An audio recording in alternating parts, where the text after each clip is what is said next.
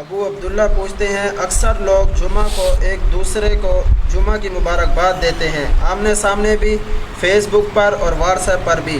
یہ ایک نیا دین بنتا جا رہا ہے، برائے مہربانی اس کے بارے میں کچھ فرما کر مخلصین اور صالحین کی رہنمائی فرما دیجیے۔ بھائی ابو عبداللہ، اللہ آپ کو خوش و خرم رکھے، آپ نے ایک اچھے مسئلے کی طرف توجہ دلائی ہے۔ آج کل جمعہ مبارک کا رواج چل پڑا ہے، جمعہ مبارک، جمعہ مبارک، جمعہ مبارک، یہ پوری لائن ہماری واٹس ایپ کی بھری ہوئی ہوتی ہے، اور میسج کی اور ان باکس کی بھری ہوئی ہوتی ہے، ایس ایم ایس کی۔ میں حیران ہو جاتا ہوں، یہ رواج صحابہ کرام کے دور میں نہیں تھا، رسول اکرم صلی اللہ علیہ وسلم کی تعلیمات میں نہیں ہے۔ حضور پاک علیہ الصلوۃ والسلام کے بعد صحابہ کے شاگرد تابعین، جو اس امت کے بہترین طبقے کا دوسرا حصہ ہیں، اس طبقے میں یہ رواج نہیں ہے۔ جس تیسرے حصے کو اللہ کے رسول صلی اللہ علیہ وسلم کی دعائیں یوں موجود، یہ ان میں نہیں ہے، موجود نہیں ہے، شریعت کا حکم نہیں ہے، جمعہ مبارک کے احکامات کتابوں میں موجود نہیں ہے، تو یہ آپ نے کہاں سے لے لیا؟ ایک بندہ مجھے کہنے لگا میں تو ویسے دعا دے رہا ہوں اللہ آپ کے لیے جمعہ مبارک کرے۔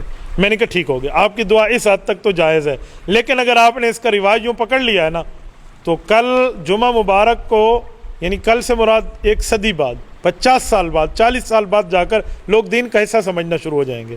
بدعت ہوتی ہی ایسے ہے کہ شروع میں وہ دین کا حصہ نہیں ہوتی، وہ بے دینی کو دین بنایا جاتا ہے۔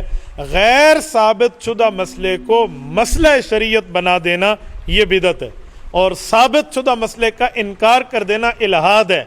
ہمارا اعلان ہے، نہ ہم الحاد والے، نہ ہم بدعات والے، نہ دین میں کمی والے، نہ دین میں اضافہ والے۔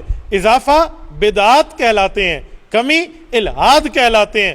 دیوبند والوں کا اعلان ہے، نہ ہم الحاد والے، نہ ہم بدعات والے، ہم اہل سنت والجماعت والے۔ کیا مانا؟ ہم دین کو اصلی شکل میں لے کر چلیں گے۔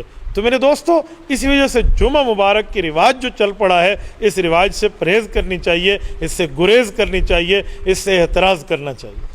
تبارك الذي نزل الفرقان على عبده ليكون للعالمين نذيرا